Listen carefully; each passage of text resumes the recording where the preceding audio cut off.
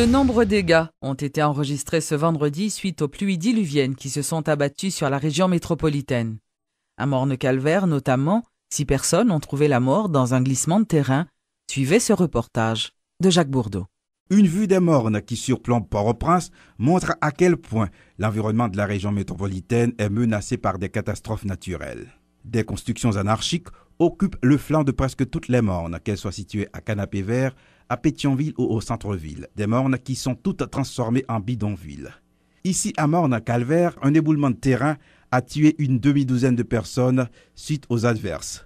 Les témoignages de l'une des rescapées. Et bon, 10 soir, je senti un gros vent qui a venté seulement. J'entendais bip, bah, bip, bip, bip, bip. On a manique pantan dans dormi, on manique levé café. Gros bail rouge. Filet descend, on a bail madame cousin na de, on dit Milad. Li pas répondre. On a la manique chercher côté clé, on vous porte la me les voisinailles. On a la voisinage tout vinn.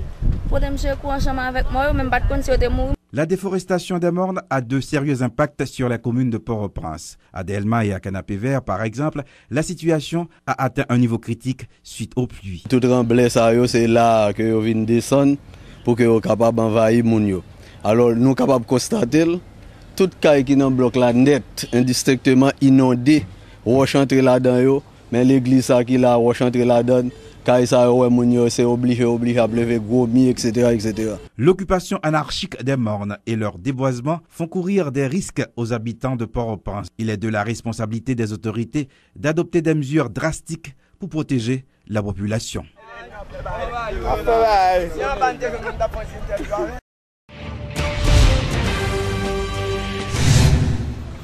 Un accident de la circulation s'est produit sur la route de Bourdon ce vendredi. Un bus, assurant le trajet centre-ville-Bourdon, dont les freins ont lâché, a terminé sa course dans un arbre. Aucune perte en vie humaine n'a été recensée. Cependant, 2 personnes ont été blessées, dont une grièvement.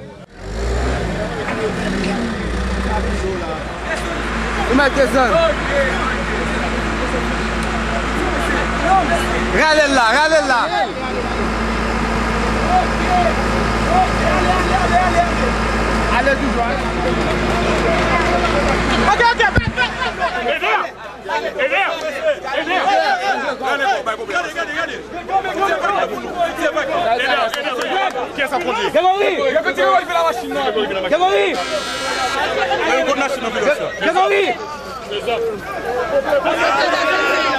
Allez. Doucement. Évacuez.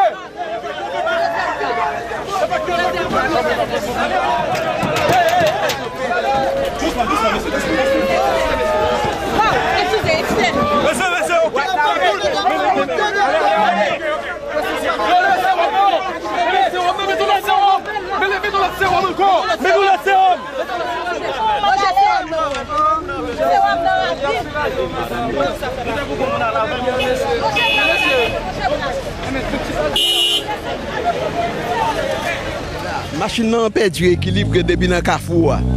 Mais ça me constate, le chauffeur là fait un pile effort pour machine n'a pas dans ravine. L'aime garder, bramte un peu ailleurs, bon porte là, moi courir à les bras, moi l'aile bat pour courir dans mur, il pas capable, elle vient rester là dans pied voilà. Ça qui vient arriver, dame qui est devant, effectivement, c'est lui-même qui est victime. Bon, nous pas souhaiter ça, bon Dieu fait, nous frapper, mais nous pas mourir. Nous disons bon Dieu merci. Frein perdu. Hein? Frein perdu. Ok.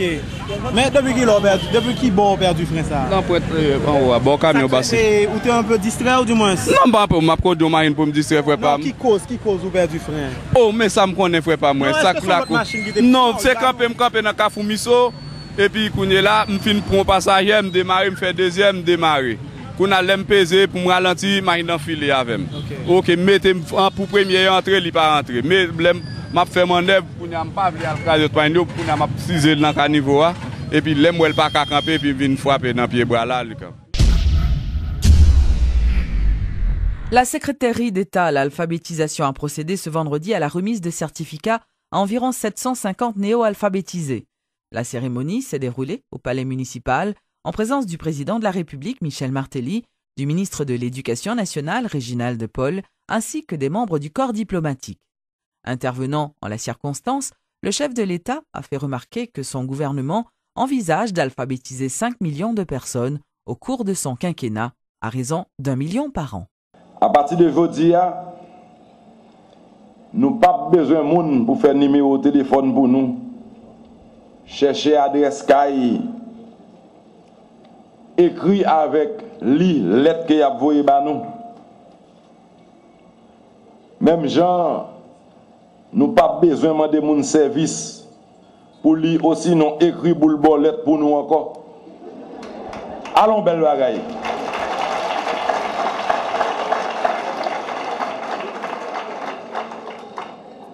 L'homme moun kon ni a écrit li plus grand moun tête li.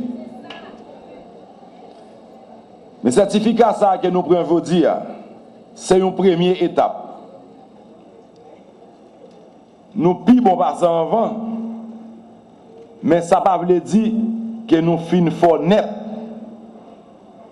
Bien l'autre part qui était pour nous faire encore, pour nous aider tête nous, ak pays nous pi bien.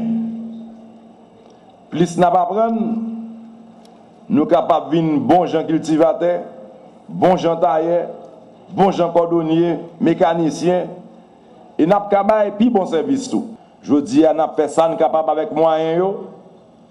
Nous déjà parlé avec 2 ambassadeurs pour essayer d'augmenter le chiffre là à 1 million de monde par année pour essayer dans 5 ans.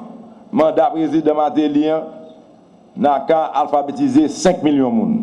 Nous devons toujours parler de reconstruction Haïti, mais nous songez, nous devons vous dire, reconstruction Haïti, commencer par reconstruction moun en vent, haïtien en vent. Tout le monde qui connaît en aller, tout ça pas connaît en aller. Alphabétisation, c'est travail pas nous lier. On nous mettait tête nous ensemble pour mon à papa qu'arrive.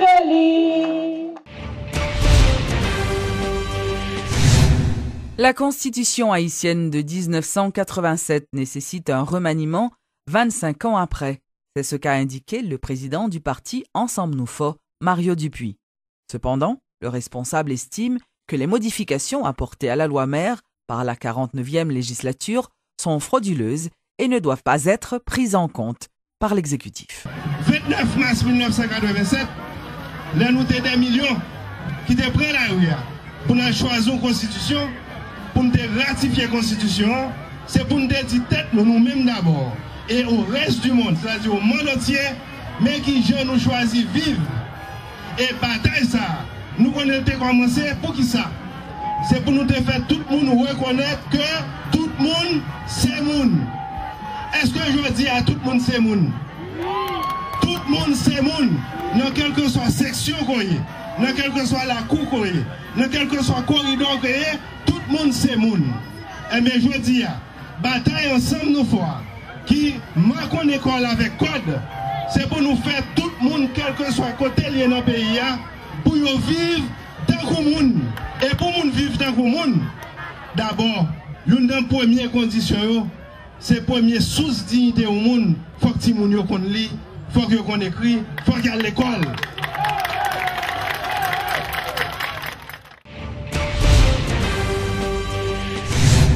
La plateforme des organisations de défense des droits humains, POHDH, prévoit une crise dans le pays si le président de la République arrive à publier les amendements constitutionnels.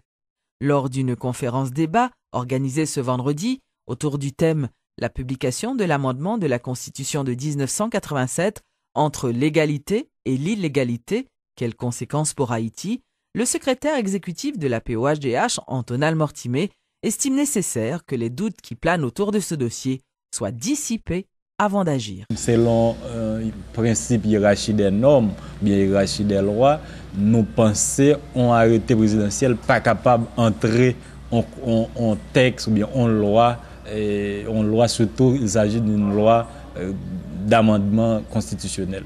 Mais nous croyons que ce qui doit être fait, c'est pour parlementaire 49e yo ta reprendre processus amendement et dans dernière session par pour ta voter et une dans conséquence nous quoi si on publier texte qui était amendé 9 mai 2011 là ça capable mettre pays en crise et non crise constitutionnelle déjà une crise politique conflit entre deux pouvoir exécutif et pouvoir législatif nous capable bon l'autre crise qui c'est crise constitutionnelle qui est capable et très néfaste pour le pays en plus de tout le problème qui gagne texte créole pas amendé problème de participation moi crois et tantôt dès le temps il n'y a pas de mise pour nous parler des amendements je dis. Le ministère de l'Environnement, celui de l'Agriculture, de concert avec le mouvement des organisations sociales pour l'avancement d'Haïti, ont officiellement lancé ce vendredi un projet de consolidation du sol et de reboisement à Forêt-des-Pins. Selon le coordonnateur du MOSA, Fito Lafleur, ce programme est financé par le PNUD à hauteur de $150,000. L'objectif là, c'est pour nous sauvegarder les gens qui vivent en bas de la ville Fonverret, qui vivent dans Fonverret. Les la pluie tombée, c'est dans la zone en ruisselant, de l'eau sortie. Et que comme ça, écrasé en bas de Fonverret. Nous avons voulu pour que les la pluie vienne, pour que les gens qui vivent en bas gagnent une garantie que de l'eau ne va pas porter aller. Et en 2011, le financement nous joué dans mes PNID là, il te permet pas gagner en pile de l'eau qui te descend dans la commune Fonverret Janté avant. Exemple, PNID tout les financer des projets avec la mairie dans Fonverret, magistrat, parce qu'on comprend un travail, il y a l'autre conservation de sol, il fait sur l'autre zone, sur l'autre bord, et que nous-mêmes nous intervenir sur zone forêt, il même au bas Fonverret. Travail ça pour tant pile succès et nous profiter occasion tout pour nous remercier PNID au nom de la population dans Forêt-des-Pins et aussi ministère de l'Environnement, ministère de l'Agriculture qui va coup de main pour travail ça fait parce que moun yo vinn censé puis qu'à pratiquer. Là la pluie a tombé, son problème qui gagne pour moun traverser galette Fonverret. Mais si toutefois de temps en temps, un petit projet ça a fait côté dans bassin versant et côté de l'eau a courir descendre, on l'air la venir river, pas gain de l'eau dans la commune Fonverret. Lancement ce vendredi au Caribé Convention Center de la 4e édition de l'exposition baptisée Orchid Extravaganza. Selon les organisatrices, cette activité, qui aura lieu ce week-end, permettra donc au public non seulement de découvrir plusieurs variétés d'orchidées, mais aussi de profiter des conférences que donneront les experts. Reportage Luc Néagaro. Des fougères, des broméliades, des palmiers, mais surtout des orchidées, le best room du Caribé est bien garni ce week-end. Des compagnies étrangères comme le RF de Floride, mais également d'autres biens de chez nous, Eden Garden, Oasis Centre du Jardin, Déco Jardin ou Orchid Island, exposent leurs produits à l'appréciation du public. Exposer des fleurs, pourquoi? Eh bien, à l'origine, c'est une histoire d'amour, nous dit Evelyne Berman, organisatrice aux côtés de Joanne Buteau. Bon, c'est l'amour que nous avons personnellement pour les plantes et les orchidées particulièrement. L'engouement vous prend et puis on continue. Et puis au fur et à mesure, les gens en Haïti sont vraiment motivés à cultiver les orchidées, les plantes en général, mais les orchidées aussi. Les précédentes éditions d'Orchid Extravaganza ont été une réussite. La raison en est plutôt simple. Il y a peu d'initiatives semblables en Haïti, précise pour sa part Evelyne David, responsable de Oasis Centre du Jardin. On peut dire que Orchid Extravaganza, c'est la seule manifestation ornementale que nous avons ici en Haïti. Il y a un engouement tout à fait spécial pour les orchidées parce que ce sont des fleurs. Vous savez que les fleurs attirent beaucoup. Si vous voulez diversifier un peu votre programme ce week-end, pensez donc à Caribé Convention Center. Il y en a pour tous les goûts et c'est ouvert à tout le monde, n'est-ce pas Evelyne? À tout le monde. L'entrée est à 100 gourdes par personne. Et puis ensuite, il y a d'autres activités aussi. Il y a la brasserie La Couronne qui est là avec la boisson, le champagne, à Barbancourt. Et puis il y a Café Rebo, et puis il y a les restaurants de Caribé. Si on veut passer la journée, venir en famille, c'est une activité ouverte à tout le monde et à toute la famille. Les organisateurs d'Orchid Extravaganza comptent créer très prochainement l'Association des orchidées d'Haïti. Elle regroupera des passionnés de la fleur des rois et des fleuristes.